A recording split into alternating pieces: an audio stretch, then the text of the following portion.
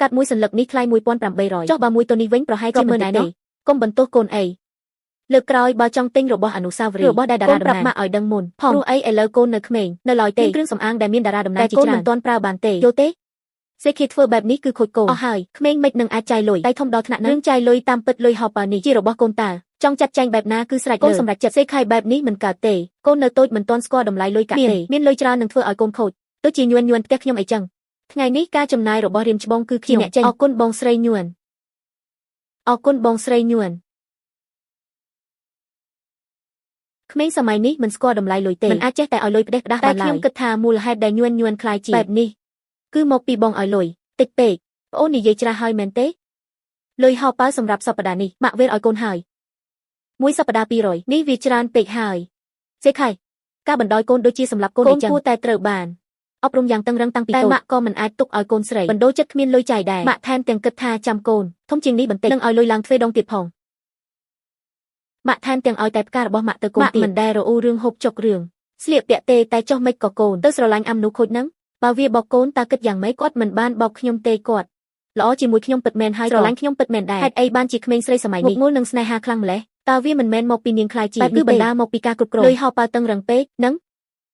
ម៉ាក់កូនធ្វើការក្រៅម៉ោងរោគបាន2000កូនស្រីម៉ាក់ធំដឹងក្តីហើយស្គាល់ខុសត្រូវហើយលុយសម្រាប់ចំណាយប្រចាំថ្ងៃនៅមិនបាច់ឲ្យកូនទៀតទេម៉ាក់មិនក៏ម៉ាក់ធ្វើបែបហ្នឹងគឺមកតែពីមួយខែ800វាមិនគ្រាន់នឹងហើយបានជាកូនខំប្រឹងធ្វើការបែបហ្នឹង800មិនក៏មិនគ្រាន់កូនចាយវាផ្ដេសផ្ដាស់នៅសាលាមែនទេមីងលីវឥឡូវនេះតម្លៃទំនិញនៅសាលាមិនថោកទេមួយខែ800ពិតជាមិនគ្រាន់ទេការចំនួនយើងមួយឆ្នាំទៅតែប្រមាណ100បើគេមានលុយមិនគ្រប់ប្រកាសជាដើរលេងជាមួយ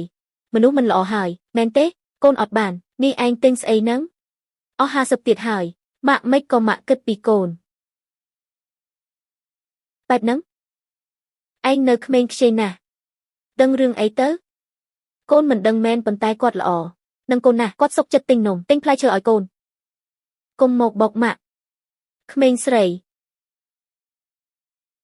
ម្នាក់ដ៏ល្អម្នាក់នេះមិនក៏ព្រោះតែរបស់បន្តិចបន្តួចសៀវហួយបែរជាប្រគល់ខ្លួនឲ្យគេបាត់ទៅហើយអីចឹងហើយបានតែត្រូវចិញ្ចឹមឲ្យល្អអាណាព្យាបាលគ្រប់គ្រងលុយកាក់តឹងតែងពេកនឹងធ្វើឲ្យក្មេងប្រែជាឆាប់អន់ចិត្តមានអារម្មណ៍ទៀតទៅវិញវារឹតតែងាយនឹងដើរផ្លូវខុសអ្វីដែលអ្នកនិយាយគឺជាករណីលើកលែងទេដឹងនួនផ្ទះខ្ញុំពេលដែលគ្មានលុយចាយហើយក៏នៅតែស្ដាប់បង្គាប់ដែរអាឡូអ្នកម្ដាយនួនខ្ញុំឆែកកាមេរ៉ាឃើញថានួនយកលុយថ្នាក់ទៅទិញរបស់តខ្លួនចាំចេញពីសាលាអ្នកមកទីនេះផ្លែតមកសុំទោសដែលរំខានលោកគ្រូហើយក្មេងម្នាក់នេះមិនក៏ហ៊ានខ្លាំងបែបនេះទាំងយកលុយរួមទៅប្រើទៀតក្មេងពិតជាខុសមែនប៉ុន្តែនេះមិនមែនមកពីអ្នកបង្ខំទេអីម៉ាក់នឹងទុកលុយឲ្យកូនម៉ាក់កូនចង់ទុកលុយដោយខ្លួនឯងកូននៅតូចណាស់ទុកលុយមិនគង់ទេម្យ៉ាងទៀតខ្ញុំជាម៉ាក់កូនតើអាចធ្វើបានកូននឹងជាលុយដែលមីងឲ្យកូនស្មានតែខ្លួនឯងអស់ចាណាស់មែនទេម៉ាក់មិនឲ្យកាដូគេទេតើមានអ្នកណាឲ្យកូនម៉ាក់ឲ្យកូនវិញមកនៅមានទៀតអត់កុំឲ្យម៉ាក់ឃើញថាឯងលួចលាក់លុយឲ្យសោះណាមើលនៅមានលាក់កន្លែងណាទៀតលោកយាយមិនទិញទេអីទិញតើយាយមានលុយតើបានលុយមកពីណាឲ្យអ្នកណាឯងលួចគេមែនទេលោកយាយឲ្យកូនមិនថាអ្នកណាជាអ្នកឲ្យក៏មិនអាចចាយផ្ដេសបានដែរម៉ាក់ថ្ងៃក្រោយកុំឲ្យលុយគាត់ទៀតលោកយាយម៉ាក់គ្រប់គ្រងតឹងតែងណាស់មិនចម្លែកទេតែជាធម្មតាពេលចេញក្រៅគាត់មិនដែលផឹកតែគុជឬញ៉ាំអីផ្ដេសផ្ដាស់ព្រោះតែម៉ាក់កំណត់ពេលវេលានិងចំនួនឲ្យអានលីងចាយវាយម៉ាក់ជូនម៉ាក់អរគុណកូនសំឡាញ់ឥឡូវតម្លៃមានឡើងថ្លៃណាស់ហេតុអីកូនទិញរបស់នេះមិនស្ដាយលុយទេអីកូនធ្លាប់ប្រាប់ប៉ាថាអ្វីដែលគួរត្បិតត្បៀតត្រូវត្បិតត្បៀតអ្វីដែលសម្រាប់អ្វីដែលខ្លួនចូលចិត្តឬមនុស្សដែលស្រឡាញ់ការចាយលុយគឺវាពិតជាមានតម្លៃណាស់ជាទឹកចិត្តរបស់កូនស្រីម៉ាក់ពីថ្ងៃនេះឲ្យតែចេញពីរៀនគាត់តែងតែនាំខ្ញុំទៅដល់ទិញអីវ៉ាន់ចំយូរណាស់ហើយប៉ុន្តែក្នុងនេះក៏មានចំណែកមួយមើលទៅគឺខ្ញុំជាអ្នកខុសពេលកូនទៅដល់សាលានិយាយជាមួយណានឲ្យបានស្រួលបួល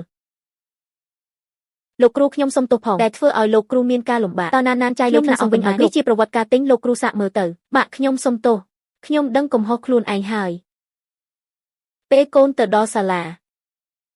និយាយជាមួយណានឲ្យបានស្រួលបួលមិនមែនមានតែឯងទេដែលខុស